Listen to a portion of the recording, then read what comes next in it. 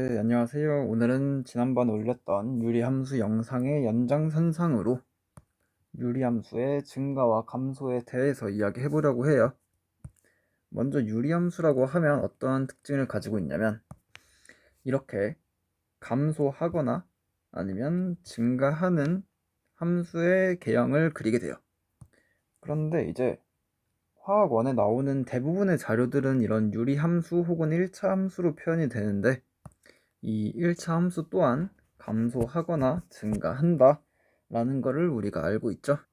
그래서 이걸 가지고 우리가 무엇을 알 수 있냐면 어떠한 자료, 어떠한 지표는 그 성질이 바뀌기 전까지 계속해서 감소하거나 계속해서 증가한다 라는 사실을 우리가 알 수 있어요.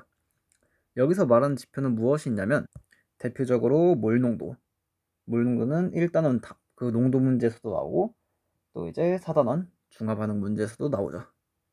그 다음에 또 대표적으로 있는 게 밀도도 대표적인 유리 함수의 개형을 그리게 되죠. 그리고 요즘에는 잘 안 나오지만 한 4년 전까지만 해도 자주 나오던 게 생성물분의 반응물 그리고 반응물분의 생성물 등이 있어요. 그리고 올해 가장 그 키워드라고 하면 음이온분의 양이온이 이 유리 함수의 키워드가 될 것 같아요. 그러면 이 네 가지 자료가 있는데 각각 양적, 중화 중화, 양적, 중화라고 생각을 해볼게요. 아까 전에 여기서 말할 때 성질이 바뀌기 전까지는 증가한다, 성질이 바뀌기 전까지는 감소한다 라고 했죠. 그럼 여기서 말하는 이 성질이 언제 바뀌느냐 라고 하면 중화반응 문제에서는 중화점을 기점으로 해서 성질이 바뀌고 양적 관계에서는 완결점을 기점으로 해서 성질이 바뀌게 돼요. 지금 이야기하고 있는 것들은 모두 다 이 그래프로 표현을 할 수 있는 문제, 즉 양적 관계에서는 A에 B를 첨가하는 유형이라든지 중화 반응에서는 HCl에 NaOH를 첨가하는 반응이라든지 무언가를 첨가하는 반응해서를 말해요. 자, 그럼 이걸 가지고 우리가 무엇을 판단할 수 있냐라고 물어보면 일단 두 가지 케이스로 나눠 생각을 해볼게요. 성질이 바뀌기 전후로 해서 증감이 바뀌는 케이스가 있어요. 그리고 성질이 바뀐 전후로 해서 증감이 바뀌지 않는 케이스가 있어요. 둘 다 하나씩 예를 들면서 한번 봐보도록 할게요. 먼저 물 농도를 한번 생각을 해볼게요. HCl에 NaOH를 넣는다 라고 하면 중화점까지 해서 물 농도는 감소해요. 그리고 중화점 이후에 물 농도는 증가를 하게 되죠. 이런 식으로 어떠한 성질이 감소하다가 증가한다 혹은 증가하다가 감소하는 케이스, 이걸 어떻게 생각을 해줄 수 있냐면 여기서는 이 두 값이 같은 지점이 있을 거예요. 그러면 앞에 점은 이 성질이 바뀌기 전, 중화 반응에서는 중화점 전, 여기서는 산성일 때고 이 이후에 있는 점, 여기는 염기성일 때다 라는 거를 우리가 알 수가 있어요. 두 번째로는 같지 않고 이런 식으로 기울어져 있을 때를 생각을 해볼게요. 이런 식으로 기울어져 있을 때는 우리가 무엇을 알 수 있냐?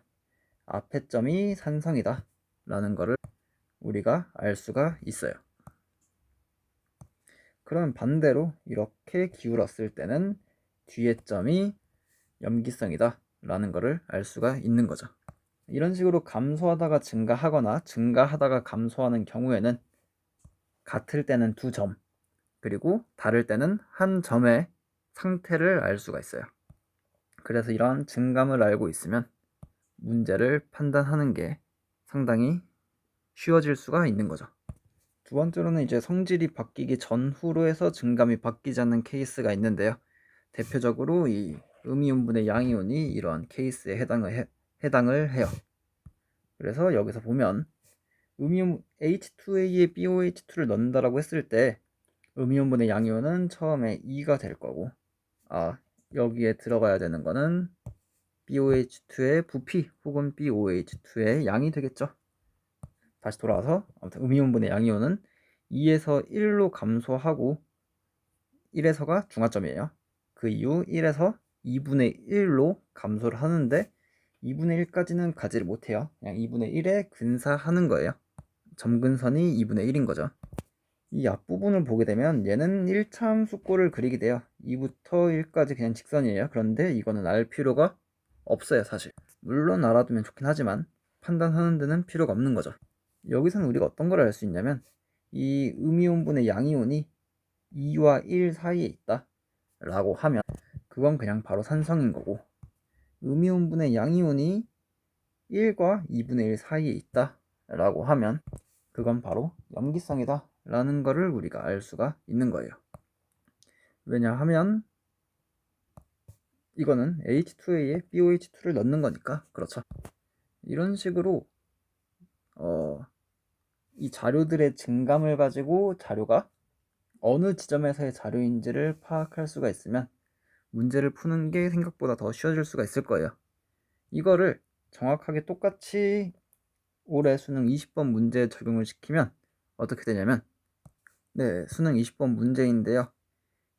얘를 네, 이 두 개를 혼합용액으로 볼 거예요.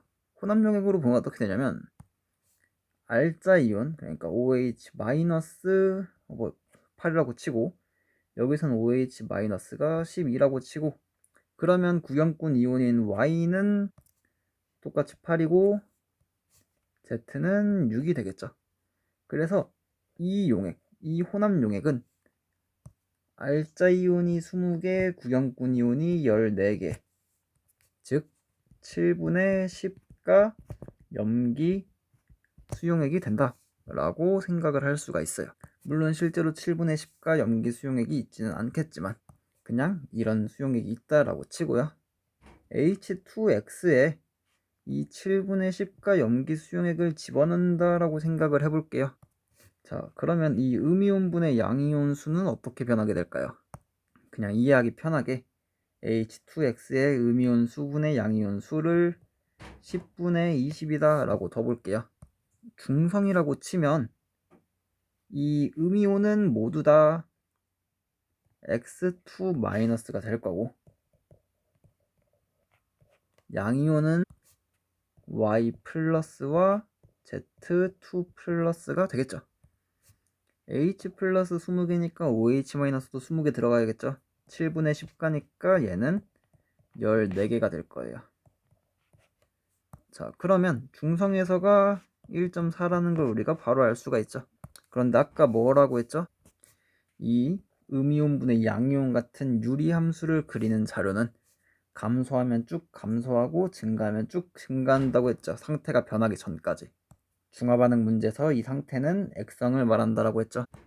그러면 이 산성인 지점 2에서 중성인 지점 1.4까지는 쭉 감소를 하게 될 거예요. 그리고 아까 본 것처럼 이 음이온분의 양이온 수 같은 경우에는 상태가 변한다고 해도 증감이 바뀌지는 않아요. 그러면 염기성이 되면 얘는 더 감소할 거다 라는 걸 우리가 알고 있죠. 정확히는 0.7에 근사해요. 점근선이 0.7이 되는 거죠. 이건 사실 몰라도 돼요. 지금 중요한 거는 감소하고 감소하는데 지금 값이 1.5라는 거죠. 이걸로 그냥 액성이 산성이다 라고 파악을 해주면 돼요. 여기서 어떤 생각을 또 할 수 있냐면, 그냥 이렇게 7분의 10가로 따로 보지 않고 그냥 중성일 때만 따져봐도 되지 않을까 라는 생각을 할 수가 있어요.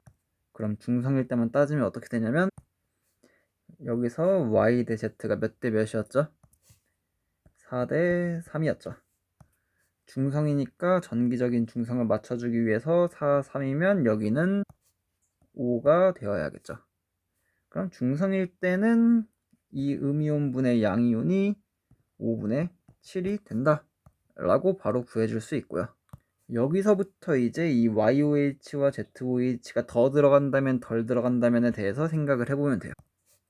그러면 이제 2에서 5분의 7 가고 뭐 감소한다, 몇으로 감소하는지는 굳이 알 필요가 없죠. 아무튼 감소하는 거니까. 그래서 아무튼 1.5는 산성이다 라는 걸 바로 확인을 해줄 수가 있어요. 이런 식으로 어떠한 자료가 나와 있고 그 자료가 증가하는지 감소하는지를 파악을 해서 어떠한 상태에 있는지, 중성인지 산성인지 한계반응물이 A인지 B인지 구해주면 문제가 한결 쉽게 풀리는 거를 볼 수가 있을 거예요. 그래서 공부할 때 이게 증가하는 자료인지 감소하는 자료인지 한번 유심히 지켜보면서 문제를 풀어보면 도움이 될 거예요. 오늘은 이 정도로 끝내고 다음에는 뭘 할지는 모르겠네요. 네, 적당히 할 만한 거 생각나면 그걸로 돌아오도록 할게요.